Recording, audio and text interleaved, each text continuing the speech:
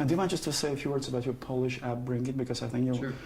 I think that would you say that let's flash back now 50 years and little Geddy is in his in his house and with his mother and father. Do you think that they champion special values that you still remember? That you're such a fantastic, nice, modest person as you are?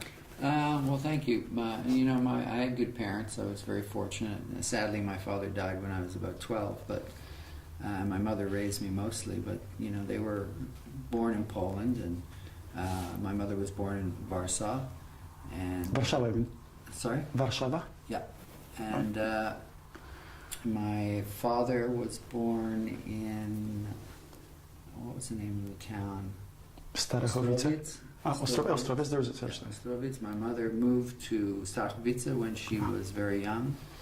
And then the war broke out, unfortunately, and they were both, because of Jewish background, they were both incarcerated for many years. And my mother was liberated then eventually in Germany, as was my father, and they found each other again after the war. They met in the camps in Poland, because they were from two different towns, but they were in the same camp, and they met and they kind of fell in love. So it's kind of a nice story in a way. And very touching. And they, I know they were both in Auschwitz together, and my father would somehow find shoes and bribe the officers to send the shoes to my mother. And so even though there was this horrible background, this horrible time, after the war they found each other. My father found my mother, and they got married. So out of this horrible thing came me. Wonderful creature. Thank you guys. So yeah, that's why I'm here. And you figured that she champions special values, saying, Geddy, you have to do this, you have to do that. Because I think maybe it sounds very stupid, and I'm trying to maybe to do something that I shouldn't do, but I think you guys are Eastern European pride, because Alex is Yugoslavian, you're Polish, and I think there is something maybe in your blood that you guys are hardworking and achieving something without looking at, oh, we should be playing some stuff which is more popular with the radios. What would you say to this kind of idea?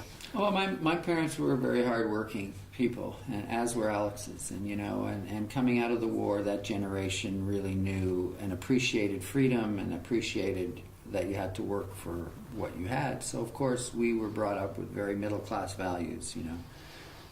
We were not born with a lot of money. We came from very modest backgrounds. So everything my parents had and Alex's parents had, they had to work hard for. So I think that's our role models, right? These are the people that taught you your very first things. So I mean, we're lucky that that's kind of was ingrained in us, and so we weren't afraid of hard work.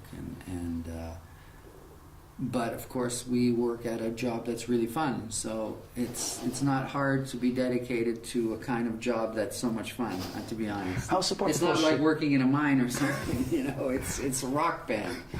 So yes, we're working hard, but we're also enjoying ourselves. So how supportive was she? Because then suddenly she maybe wanted you to go to college and be an engineer or a doctor or a lawyer. Oh, always a doctor or a lawyer, but she was very disappointed when I started playing.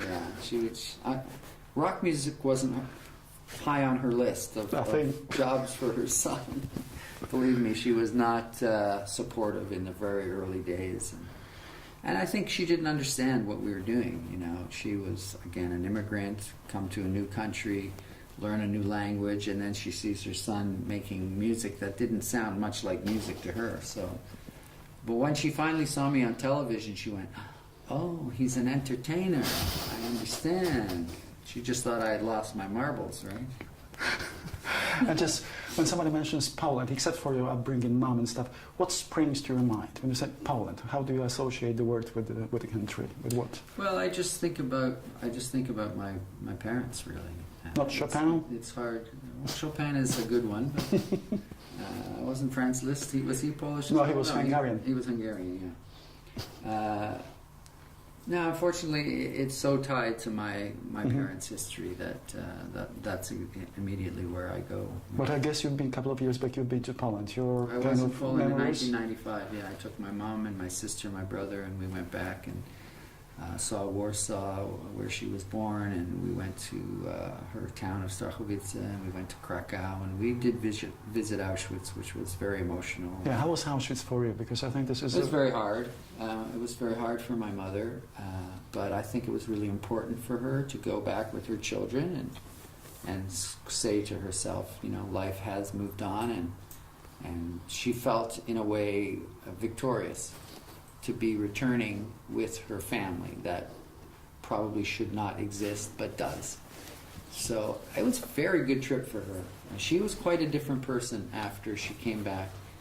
She was much prouder, and I was telling someone else from Poland this morning that it was an amazing transformation. We went to Germany first, and there was a big ceremony celebrating her liberation 50 years later. And it was like we were taking care of her there. But when we landed in Poland, she became Mama. The boss. She was speaking the language. She was taking us around. So her roots came out. She's like, well, you're in my homeland now, so I'm going to show you guys around. So it was quite nice to see that flip, you know. And do you know any Polish words? Geddy? Possibly you should. None I can say on television. Only dirty ones. Yeah. And na zdrowie. Which is good.